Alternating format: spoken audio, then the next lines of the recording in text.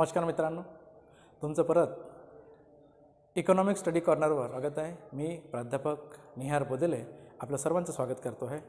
मित्रांनो, आज आपण पाहणार आहोत अर्थशास्त्र म्हणजे काय, अर्थशास्त्राची अभ्यास विषय काय आहे, अर्थशास्त्रामध्ये कशाचा अभ्यास केला जातो आणि अर्थशास्त्राच्या विभिन्न ज्या व्याख्या आहेत, खरं तर ज्या प्रख्यात व्याख्या आहेत त्या व्याख्यांचा आपण या ठिकाणी अभ्यास करणार आहोत। तर अर्थशास्त्र खऱ्या अर्थाने शास्त्ररूपात आले ते 1776मध्ये। 1776च्या पूर्वी अर्थशास्त्र हा वेगळा शास्त्र नव्हता, तो राज्यशास्त्राचाच एक भाग होता। त्याला राज्यशास्त्राचाच एक भाग म्हणून अभ्यास केला जात होते। म्हणजे शासनाचे उत्पन्न, खर्च, कर याच्या संदर्भात तो राज्यशासनाचा एक भाग म्हणून अर्थशास्त्राचा अभ्यास केला जात होता। परंतु अर्थशास्त्राला एक शास्त्राचा दर्जा जर कोणी मिळवून दिला असेल तर त्याचं संपूर्ण श्रेय हे प्राध्यापक ॲडम स्मिथला जाते। ॲडम स्मिथ यांनी 1776मध्ये त्यांचा जो प्रसिद्ध ग्रंथ आहे an inquiry into the nature and causes of wealth of nation, तो ग्रंथ प्रकाशित केला। या ग्रंथामुळे याला आपण वेल्थ ऑफ नेशन म्हणजे राष्ट्राची संपत्ती या शॉर्ट रूपामध्ये सुद्धा लघु रूपातही सुद्धा याचा ग्रंथ हा ओळखला जातो, वेल्थ ऑफ नेशन या नावाने। या ग्रंथामध्ये ॲडम स्मिथनी अर्थशास्त्राचा उपयोग, त्याचा वापर, त्या अभ्यास विषय संदर्भात, त्याची व्याप्ती, त्याचे स्वरूप काय आहे या संदर्भाचे विवेचन केलेले आहे। या विवेचनामुळे अर्थशास्त्र हा राज्यशास्त्राचा भाग नसून एक वेगळं शास्त्र म्हणून नावारूपास आलं आणि स्थापित झालं। अर्थशास्त्र किंवा इंग्रजीमध्ये आपण जो इकॉनॉमिक्स म्हणतो, हा इकॉनॉमिक्स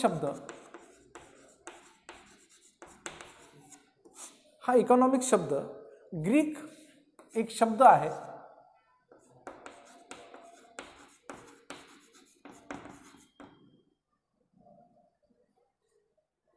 इकॉनॉमिया।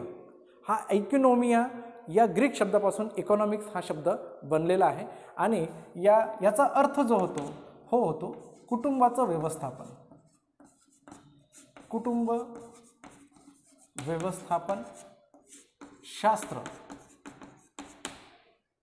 या इकॉनॉमिया याचा अर्थ हा कुटुंब व्यवस्थापन शास्त्र असा होतो। आणि इकॉनॉमिक्स म्हणजे अर्थशास्त्र हा इकॉनॉमिक शब्दाची उत्पत्ती या इकॉनॉमिया या ग्रीक शब्दापासूनच झालेली आहे।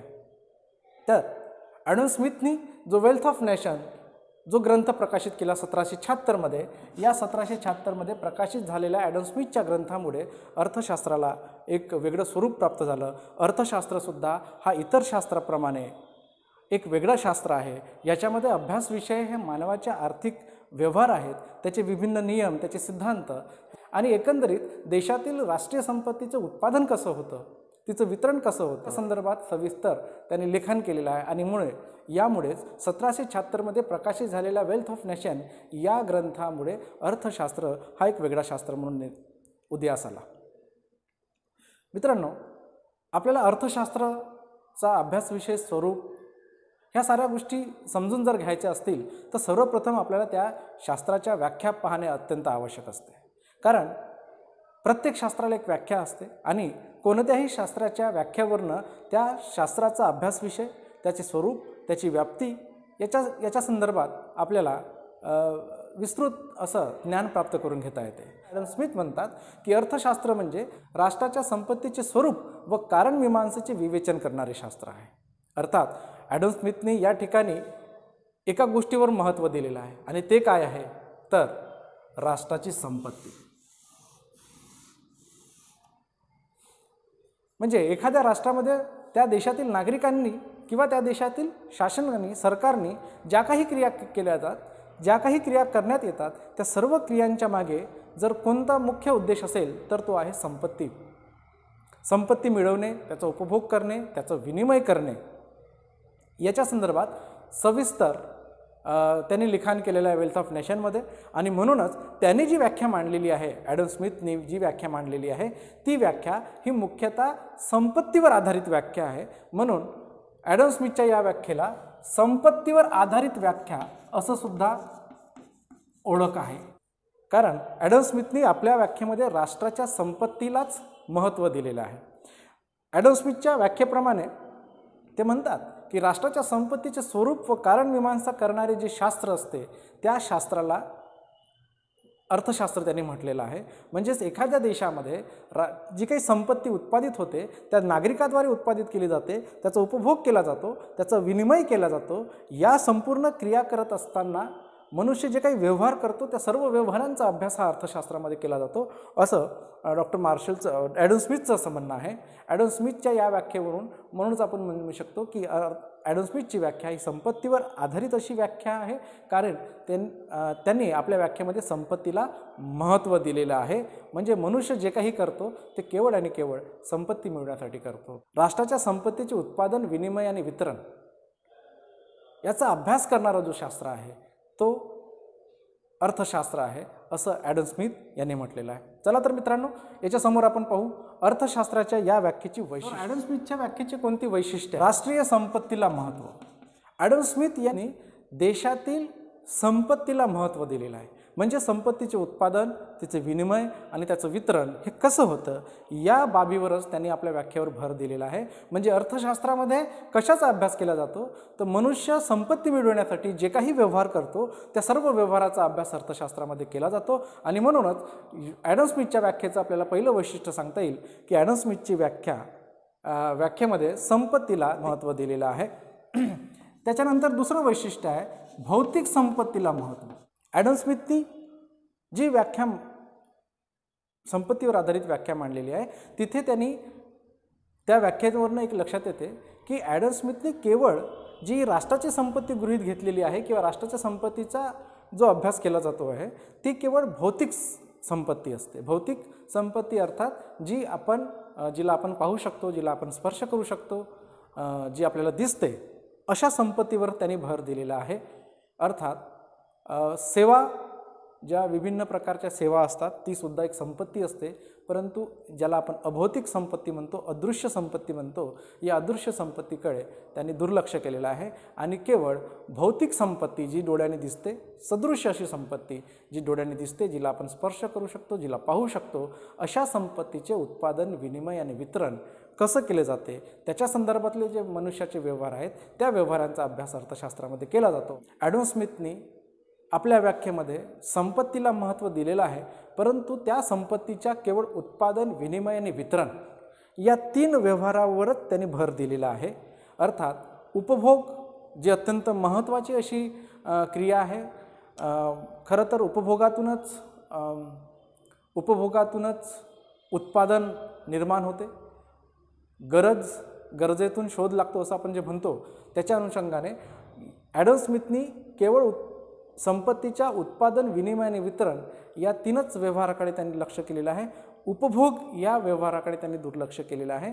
तर हे 3 वैशिष्ट्ये आहेत ॲडम स्मिथच्या संपत्तीवर आधारित असणाऱ्या अर्थशास्त्राच्या व्याख्येचे. ॲडम स्मिथच्या व्याख्येवर टीका करताना ज्या मुख्य टीका आहेत किंवा दोष आहेत त्या व्याख्येचे, जे अन्य अर्थशास्त्रज्ञांनी अभ्यासावरून सांगितलेले आहेत. संपत्तीला अवास्तव महत्त्व. ॲडम स्मिथनी आपल्या व्याख्येमध्ये केवळ संपत्ती आणि संपत्तीचं उपभोग, उत्पादन आणि विनिमय फक्त याच व्यवहारांकडे ॲडम स्मिथनी लक्ष दिलेलं आहे अर्थशास्त्राची व्याख्या करताना. परंतु टीकाकारांचं असं म्हणणं आहे की ॲडम स्मिथच्या व्याख्येमध्ये संपत्तीला केंद्रस्थानी ठेवण्यात आलेलं आहे. म्हणजे अर्थशास्त्राचा अभ्यास किंवा अर्थशास्त्राचा अभ्यास विषय काय आहे तर केवळ संपत्ती आहे. संपत्ती कसे उत्पादन केलं जाते, कसे विनिमय केलं जाते, कसं वितरण ते संपत्तीचं होतं, फक्त याचाच अभ्यास अर्थशास्त्रामध्ये केला जातो. म्हणजेच केवळ संपत्तीला या ठिकाणी अवास्तव महत्त्व दिलेलं आहे. अन्य टीकाकारांचं, अर्थशास्त्रज्ञाचं मत आहे की अर्थशास्त्रामध्ये केवळ संपत्तीचा अभ्यास होऊ शकत नाही, कारण अर्थशास्त्र एक सामाजिक शास्त्र आहे.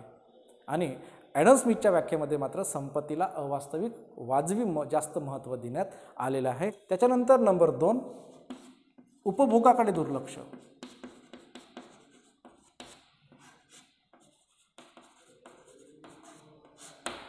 ॲडम स्मिथ यांनी अर्थशास्त्राची जी संपत्तीवर आधारित व्याख्या आहे त्यांनी त्याच्यामध्ये संपत्तीचे उत्पादन, विनिमय आणि वितरण या 3 क्रियांकडे त्यांनी लक्ष दिलेलं आहे, परंतु अत्यंत महत्त्वाची अशी जी क्रिया आहे ती म्हणजे उपभोग.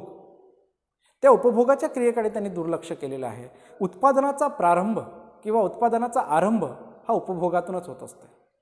जर लोकांनी वस्तूचं उपभोगच केलं नाही तर त्या वस्तूचं उत्पादन होणार नाही, आणि उत्पादनच होणार नाही तर समोर विनिमय आणि वितरण होणार नाही. परंतु अत्यंत महत्त्वाची अशी जी क्रिया आहे ती म्हणजे उपभोगाची ॲडम स्मिथनी यांनी दुर्लक्ष केलेलं आहे. नंबर 3, संपत्ती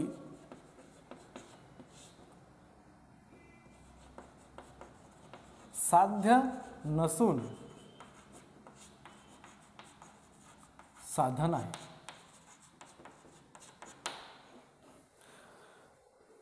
ॲडम स्मिथच्या व्याख्येचे दोष दाखवताना अर्थशास्त्राने म्हटलेलं आहे की संपत्ती ही मनुष्याला आवश्यक आहे. संपत्ती ही मनुष्याच्या गरजा पूर्ण करण्यासाठी आवश्यक आहे. अर्थात संपत्तीच्या माध्यमातून मनुष्य आपल्या जीवनावश्यक गरजा आणि अन्य गरजा पूर्ण करू शकतो. परंतु केवळ संपत्ती मिळवणे आणि संपत्ती मिळवणेच हे उद्देश राहू शकत नाही. ज्याप्रमाणे ॲडम स्मिथनी आपल्या व्याख्येमध्ये संपत्तीला जे महत्त्व दिलेलं आहे त्याच्यावरून आपल्या असं म्हणता येते की ॲडम स्मिथचं असं म्हणणं आहे की मनुष्य केवळ आणि केवळ संपत्ती मिळवण्यासाठीच प्रयत्न करतो, परंतु संपत्तीच्या द्वारे जे उपभोग त्याला करायचे असते त्याच्यासाठी तो संपत्ती मिळवत असतो. म्हणजेच संपत्ती हे साधन आहे उपभोगाचा आणि आपल्या गरजा पूर्ण करण्याचं. ते साध्य नव्हे, ते ध्येय नाही आहे. मनुष्याचे ते ध्येय असू शकत नाही. परंतु ॲडम स्मिथच्या या व्याख्येवरून आपल्या लक्षात येते की संपत्ती हे साध्य आहे असं त्यांच्या व्याख्येवरनं आपल्याला प्रतिबंधित होते की संपत्ती मिळवणेच हेच प्रत्येक मनुष्याचे ध्येय आहे असं लक्षात येते. परंतु टीकाकारांचं म्हणणं आहे की संपत्ती साध्य नसून ते गरजा पूर्ण करणारे साधन आहे. त्यानंतर आर्थिक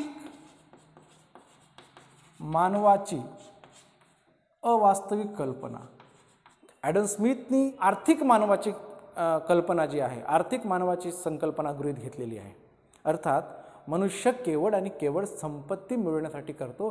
तो जे काही प्रयत्न करतो त्या प्रयत्नांचा मागचा मुख्य उद्देश हा संपत्ती मिळवणे हाच असतो. टीकाकारांचं असं म्हणणं आहे की ॲडम स्मिथनी मनुष्याला एक आर्थिक मानव एक म्हणून त्याचं चित्र आपल्यासमोर स्पष्ट केलेलं आहे या व्याख्येवरनं.